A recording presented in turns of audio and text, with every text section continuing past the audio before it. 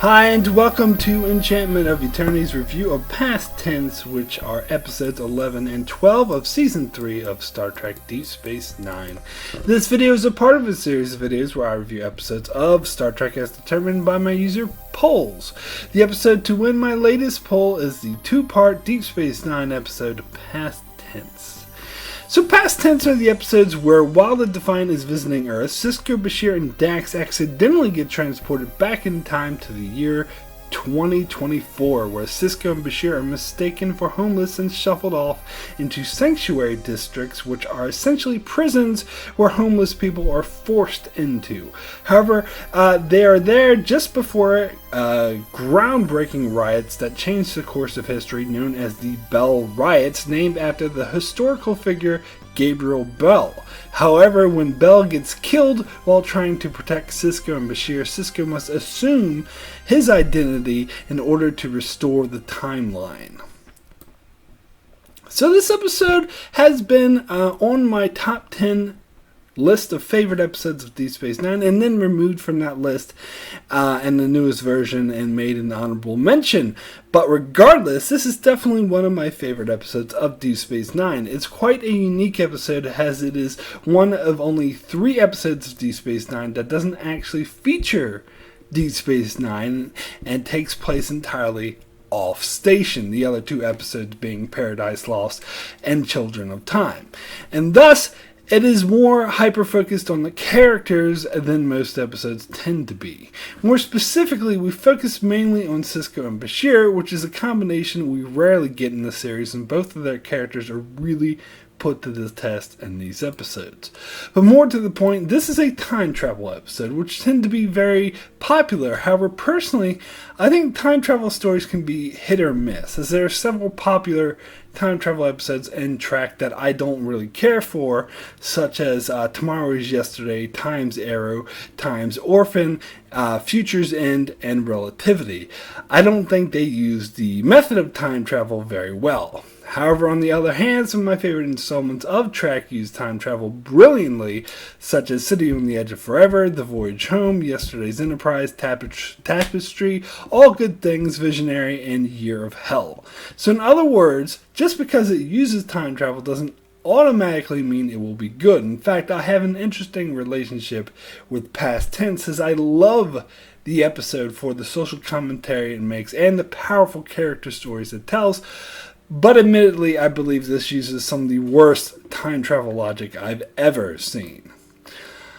Also, what makes Past Tense unique in the Trek universe is, rather than traveling to a contemporary time other than the present when the episode airs, like episodes like Tomorrow's Yesterday, Assignment Earth, The Voyage Home, Future's End, and Carpenter Street do, or a moment in the past that we're familiar with, like City on the Edge Forever, Time's Arrow, or traveling to a moment near to the futuristic Trek setting, such as Yesterday's Enterprise, All Good Things, and Tapestry.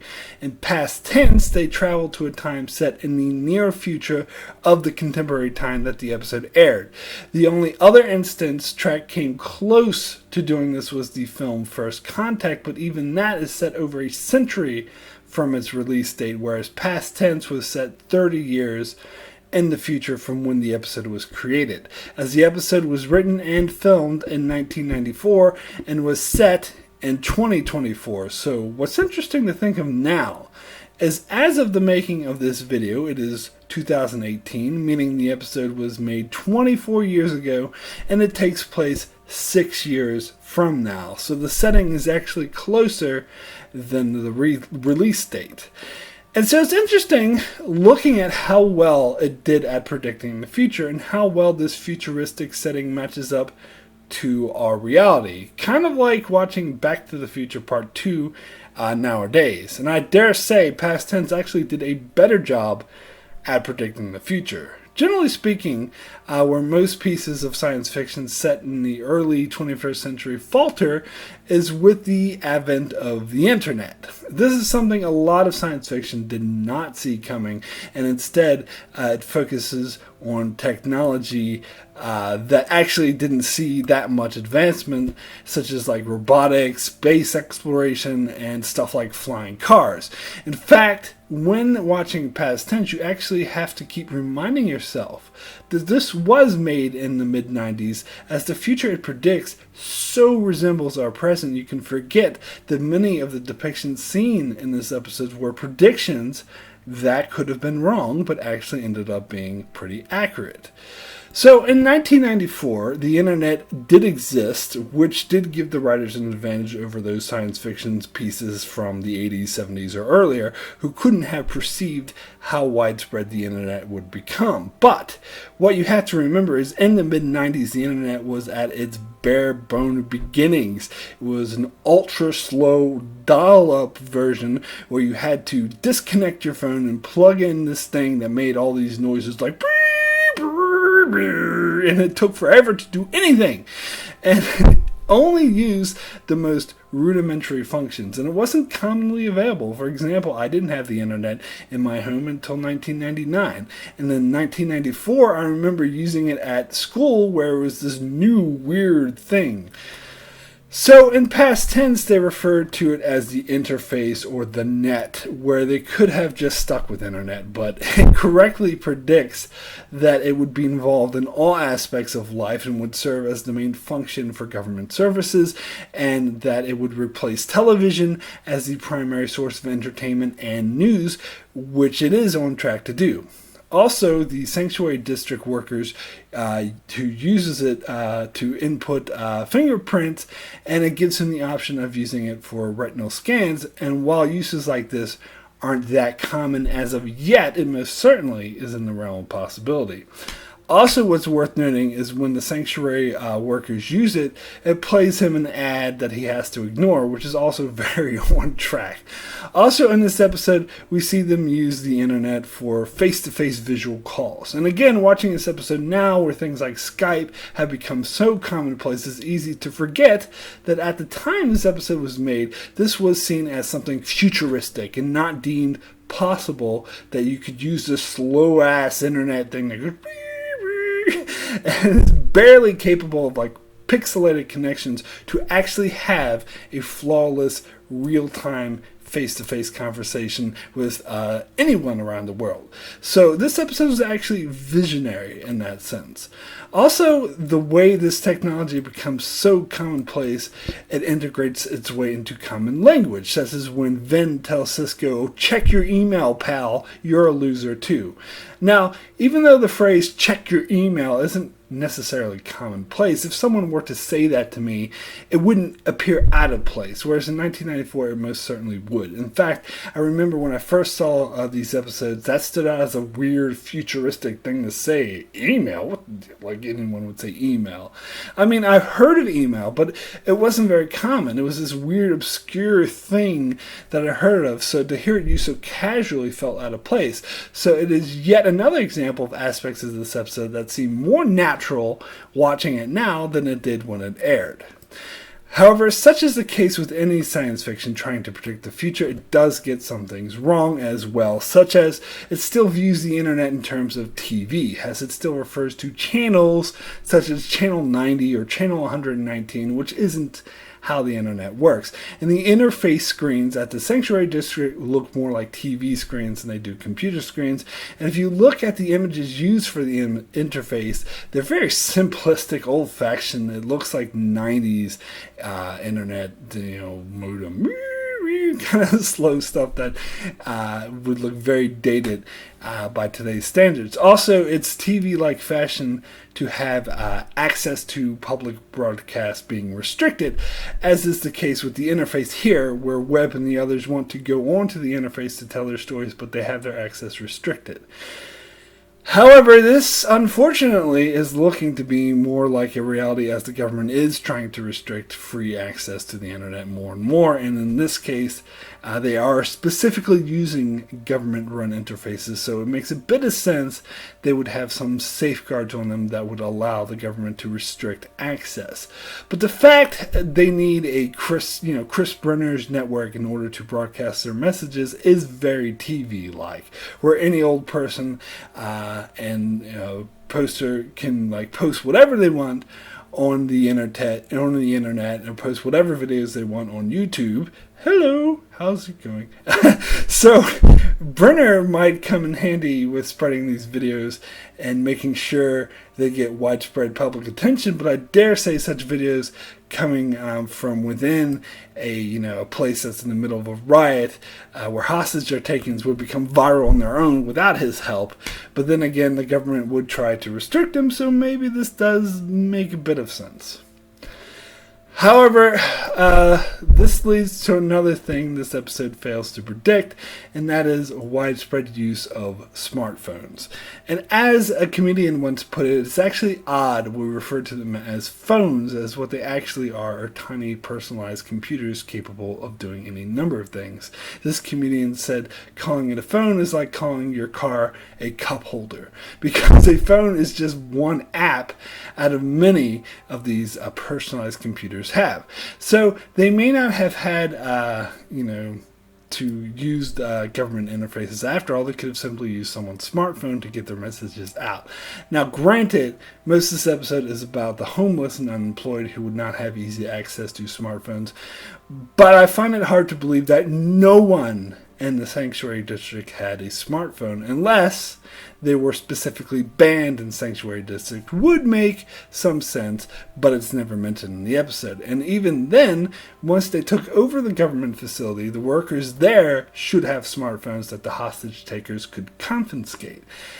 Also, this episode behaves like the 90s in terms of how hard it is to contact people and to find people, where Jadzia has to crawl through the sewers to get to Cisco, and Brenner constantly asks her if she found her friends yet, where finding people is not that hard to do in modern times with cell phone tracking, email, Skype, any number of things. Even if Brenner were to assume that Zia's friends had their phones stolen off them, it should be a simple matter of getting access to the internet to leave an email or leave a Facebook message or any number of things, easy ways to contact people and to find people.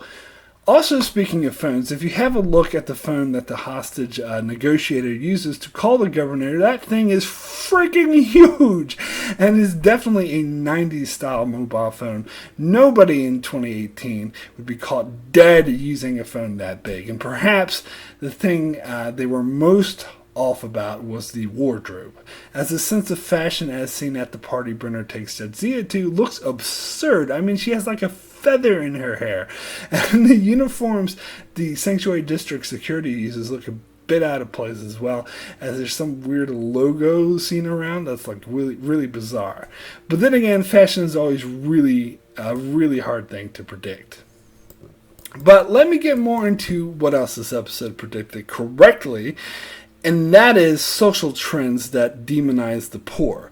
So now, inevitably, I have to get into the political portion of this episode, which is likely to alienate some people, but so be it, because at the heart of this episode is making bold social political statements, which frankly is one of the main reasons why I love this episode so much. And apparently, there was a huge backlash about these episodes from those more conservative-leaning who referred to this episode as liberal propaganda. But I said this before, and I'll say it again. Star Trek is a liberal franchise. A key component of Star Trek is making left-leaning commentary on modern times. In fact, this is what makes Star Trek Star Trek. Now, granted, some commentary is more opaque and more hidden than others, as some commentary is heavily cloaked in metaphors, while others are nakedly blatant and punch you in the face. Many, not just those who disagree with said message, but many general audiences would refer to this as preachy, and many would state they don't like being preached to regardless of how much they agree or disagree with said message.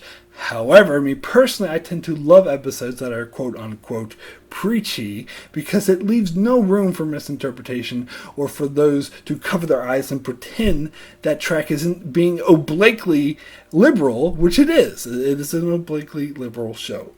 And oftentimes being blunt and clear is the best way to make powerful social commentary that really makes one re-examine how they view the world. I mean, for example, 12 Years a Slave and Schindler's List do not hide their obvious messages. They're very open about it. These episodes in particular depict a future where the poor and homeless are demonized and forgotten and simply shoved out of sight so no one has to see them. And although these attitudes certainly did exist in 1994, this episode was correct in predicting that these attitudes would worsen in the future. Keep in mind, this was made a decade before the advent of the Tea Party and the common political, causes aimed at demonizing and marginalizing the poor and unemployed.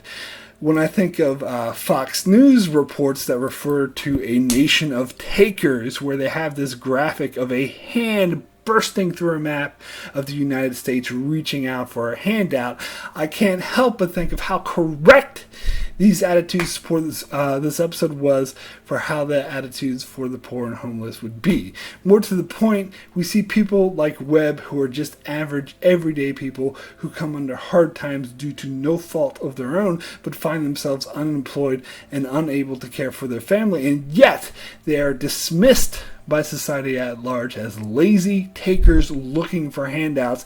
Even the more violent people, such as BC, are depicted as victims of their situation. In fact, Ira Stephen Bear made it clear his whole intention with the character of BC was to show that he wasn't an inherently violent man, but he was turned into one because of the way society treated him. And quite frankly, the concept of a sanctuary district is not so far-fetched, and if elements like the Tea Party were given the free range, I could certainly see policies like these being enacted, and I could see apathy and ignorance of the unemployed and homeless reaching unbelievable heights, as for them to simply shove people into what are essentially prisons simply for not having enough money.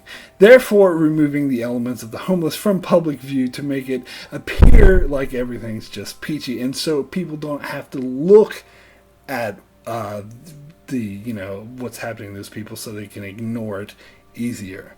Also, there's an element of racial commentary to this episode as well, as the attractive white woman is rescued and saved by a rich, handsome businessman, whereas the black man and the Middle Easterner are assumed to be homeless bums and are just shoved into sanctuary districts.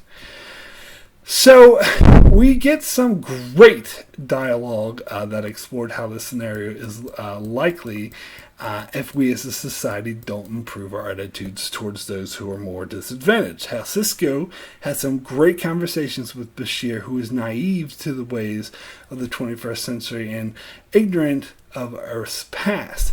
And also the way Cisco interacts with Vin, who is someone completely apathetic towards those who suffer, and how through the course of this episode, Cisco slowly gets him to change his mind. In fact, these conversations are very much in keeping with Roddenberry's views and vision for Star Trek. So those who criticize Deep Space Nine for violating Roddenberry's vision are forgetting about episodes like this one, which quite frankly is one of the strongest examples of Roddenberry's vision and views on how the human race needs to and can improve that can be seen in the entire Star Trek franchise.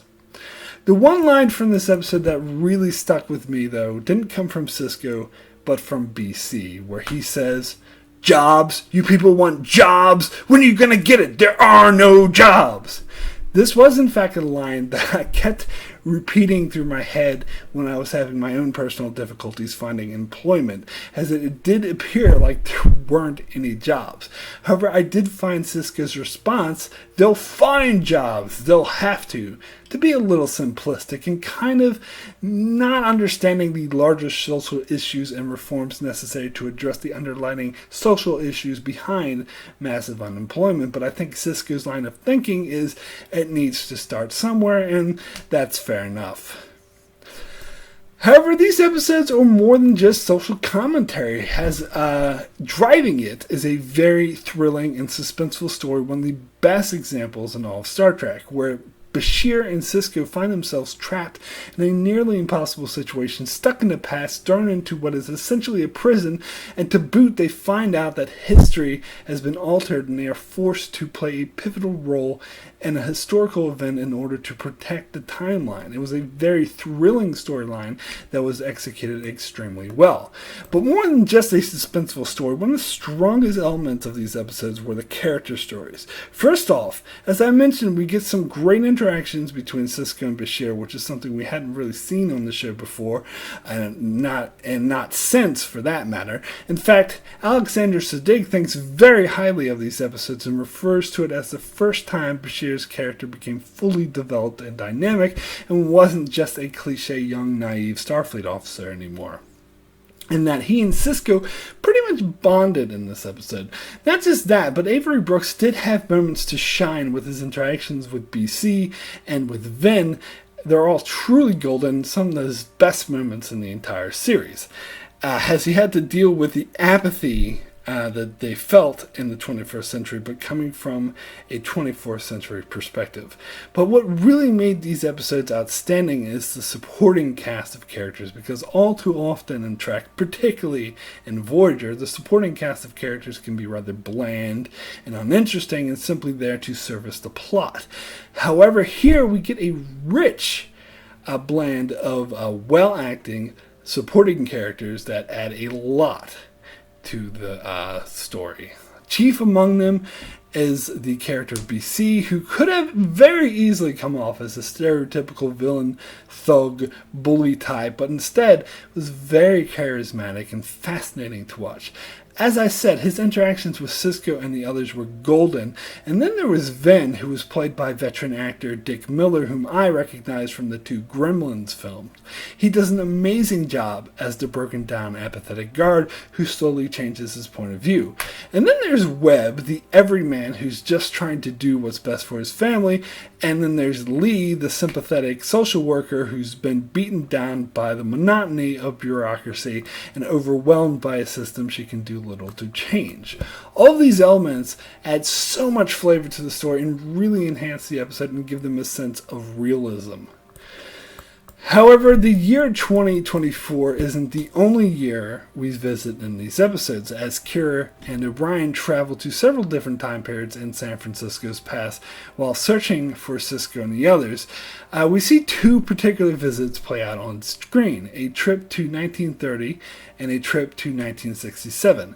Now, the trip to 1930 seems pretty unremarkable. They simply run into a couple of well-dressed people leaving a club who are puzzled by their appearance. However, something I just learned was apparently in the background of this scene, a poster can be seen for a boxing match, and apparently this is the exact same poster that can be seen in the background in the original series episode City on the Edge of Forever, where Kirk and Spock travel back to 1930 San Francisco. And apparently it was the show's intention, by including this poster, to indicate that Kira and O'Brien are in San Francisco in 1930 at the exact same time that Kirk and Spock are in San Francisco in City on the Edge Forever. However, if this was their intention, I think they could have done a much better job of making this clear than a simple background poster that no one's really going to notice. For example, they could have had Kira and O'Brien run into some homeless people who mentioned Edith Keeler by name, which would be a much bigger connection to the 2 episodes. I think that actually would have been way better. And the other visit we see them make into the past is clearly the 60s, where they are standing outside a VW bus blasting loud music, and a couple of hippies come out and hand them flowers and give them a peace sign, and then Kira and O'Brien are beamed away before their very eyes. Now, this scene works great for comic relief. In fact, it may be one of the funniest scenes in the entire show. To see O'Brien and Kira goofily give the peace signs as they had no idea of what's going on was absolutely brilliant. And make no mistake, these two hippies were obviously tripping balls on LSD. So when O'Brien and Kira beam away, they just interpret this as a drug-induced hallucination, which I think is a nice twist to the whole people from the past seeing future technology. It's obvious O'Brien was a bit freaked out by this, but this obviously had no dire consequences on the timeline, as these hippies in question most likely just dismissed this as a hallucination. However, the interesting thing to note about this scene is when I was watching it on Netflix, which is where all the Star Trek shows are available in the country that I live in, and as I was watching this scene, I noticed the music blasting in the scene from the VW bus was just some generic guitar playing. Badly, I might add. It sounded awful. And this scene really odd to me because I could have sworn that there was a Jimi Hendrix song playing in the scene. So I got out my DVD and I watched the same scene on the DVD, and sure enough, there was a Jimi Hendrix song playing. So apparently it's a copyright thing, and for some reason they didn't have the rights to transfer the Hendrix song to Netflix. But that being said, they could have come up with something better than just a generic guitar that sounded like an amateur practicing. This difference became a prime example of the importance of having the right music in a scene.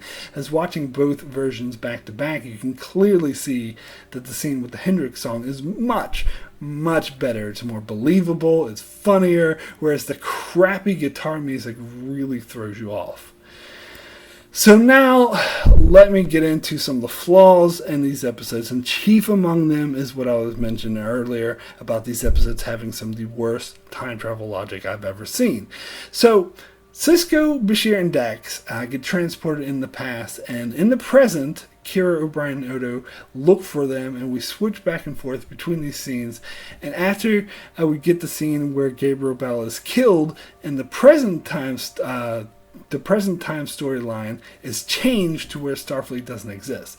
So this is implying time is moving at the same rate for Sisko as it is for Kira, but this actually makes no sense whatsoever. Sisko in the past is in Kira's past, so any changes to the timeline he made should have had an instant effect, such as like in the episode Yesterday's Enterprise. As soon as the Enterprise sees appears in the future, the timeline is instantly changed. So the same thing should have happened here. So as soon as Sisko got beamed back into the past, the timeline should have changed for Kira. In fact, what's worse is Sisko himself corrects the timeline by impersonating Bell. Therefore, as a matter of fact, the timeline never should have been altered in the first place, because by the time it gets up to Kira, Sisko could have altered and restored the timeline, so she should have had no effect, felt no effect for this whatsoever, because nothing Kira does affects the timeline, so Sisko changed and corrected the timeline in the past all by himself. So it makes no sense for it to wait a few hours and change, and then wait another couple hours and change back. Unless you want to say that Kira did affect the timeline by simply by rescuing Sisko and the others and bringing them back to the 24th century, that had Sisko and the others stayed behind, what they did to restore the timeline could have been undone somehow. And I think that's a stretch. I don't think it quite holds up, but even if you assume that it does, still doesn't change the fact that the timeline should have been altered the moment Sisko and the others were transported back in the past. Also, I find it a bit hard to believe that the entire existence of Starfleet would be erased by simply the Bell riots, not having occurred. I mean, it's established in Star Trek lore that in the later 21st century, World War III happens that devastates the entire planet. So it's hard to imagine that after that catastrophic event, that one tiny little riot would make that big of a difference.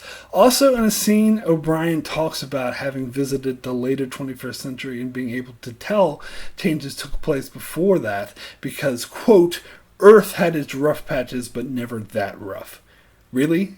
The Crusades, the Holocaust, genocides all throughout history, and the aforementioned World War III, and yet Earth never was that rough just because some riots never occurred? Come on. Also, at the end, Sisko returns to the 24th century, where Bashir looked up the historical records of the Bell riots to find a picture of Gabriel Bell to find it's really a picture of Captain Sisko. But at the end of the episode, Vince says that he'll swap the ID cards for Gabriel Bell and Bashir to two of the bodies. So if history believed Bell died, shouldn't the picture be of that dead body? And wouldn't it be funny if that dead body was in fact the real Gabriel Bell, in which case the picture wouldn't change at all? Regardless, any historical record shouldn't have Sisko's picture as Bell. Although, I will say this allowed for a funny moment in the episode Little Green Men, where Nog was looking up a history of Earth and found a picture of Bell and was like, hey, isn't that Commander Sisko? And Quark replies, all humans look alike. That was pretty funny, I gotta say. Another thing that kind of bothered me about this episode is at the start of the episode, they go to Earth, so Sisko, Dax, and Bashir can go to the Starfleet party, and O'Brien, Odo, and Kira don't want to go because Kira and Odo aren't in Starfleet, and O'Brien's not an enlisted officer, so they have no obligation to go to why they're there. Why did they travel all the way from Deep Space Nine to Earth? I mean, I can kind of see O'Brien because he's Starfleet officer, but you need some people to serve aboard the Defiant. And Kira, that's a bit of a stretch, but maybe she's needed to operate some things as well. But Odo, I mean, he doesn't even do anything. He just stands there the whole time. What the fuck is he doing there, really? That just seemed really odd to me. Anyway. Also, we know that Sanctuary District residents in their own timeline find a way to get onto the net to tell their stories. But here, they're unable to do so. So Sisko uses Dax's connection to Brenner in order to get them on the net. But they are altering the timeline by doing this, as Brenner is a wealthy, influential media baron whom by his own admission will lose his license by helping Dax, where this clearly didn't happen in the original timeline. So it seems like this could have nasty consequences on the timeline as well, but nobody cares. So my rating for Past Tense out of 10 is a 10, the best. Yes, the episode does have its flaws, none the least being its extremely poor time travel logic, but honestly, I think any flaws in these episodes are extremely overwhelmed by its strengths, which is some of the most poignant and powerful social commentary in the entire Star Trek franchise, and well executed and exciting story, one of the best casts of supporting characters ever to appear in Trek, with memorable and well acted characters like BC, great character moments between existing characters, which even include moments of effective comedy. All these overpowering strengths make Past Tense two of the best episodes of the entire show. So that's it for my review of Past Tense. So now it is time for me to determine the next episode I will review. Okay, so we go determine which episodes you can vote for by clicking on the random episode generator. We'll do one for each series. Let's start for the original series to see what your option will be. And it is in fact the Apple, but I've already reviewed that, so I'm going to have to check again. So if you want to check out my review of the Apple, you can look on my channel, as there already someone requested it. So let's see, generate next episode. The Way to Eden. Oh, that would be a fun review.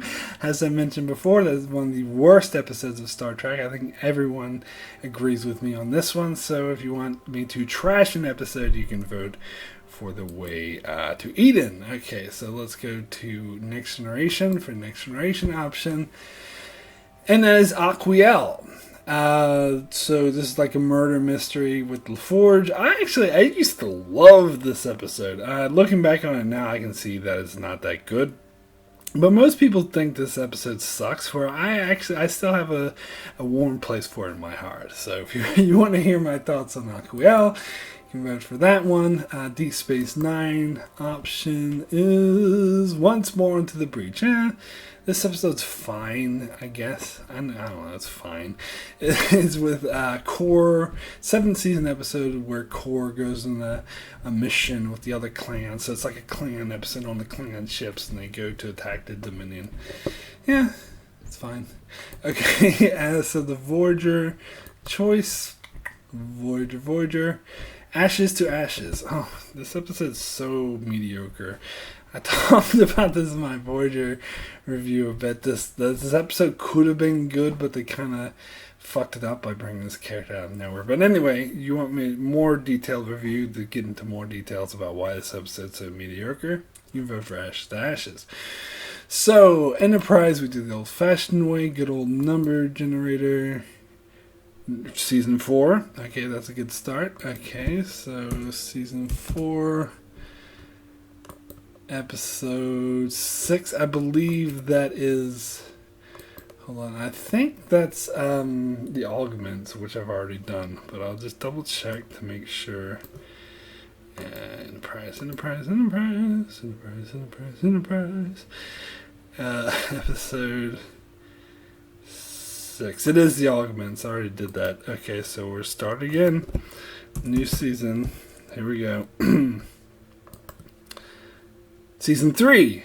Okay, haven't done Season 3 in a while. Let's see what we got here. Episode 22. I think that's going to be good. Let's have a look. Season 3. Episode 22 is The Council. I knew it was going to be a good one. I love The Council. It's one of my favorite. I grouped it together with Countdown and 0 Hour when I did my top 10. But I'll tell you what, like, I will review it as its own episode if you vote for it. So I'll leave Countdown and 0 Hour out of it for another time. So if you vote for The Council, it will just be The Council, which it's probably my favorite of the Xindi story arc, other than Damage. I already did a review for Damage, which was my favorite Enterprise episode ever. But other than that, like for the Xindi's particular stuff, because Damage wasn't really a Xindi episode, Council is probably my favorite. So I love to talk about the consoles. So those are your options. Be sure to vote in the poll. You can do so by clicking. There should be a little icon up there. Just click on that to vote on the poll which episode you'd like me to review. However, it will be another month before I'll be able to get to this review. But in the meantime, you can check out my channel for many more Star Trek videos, as well as videos on other shows like Game of Thrones, The Expanse, Black Mirror, Discovery, and more. So be sure to subscribe so you can keep up with all that. And thanks a lot for watching.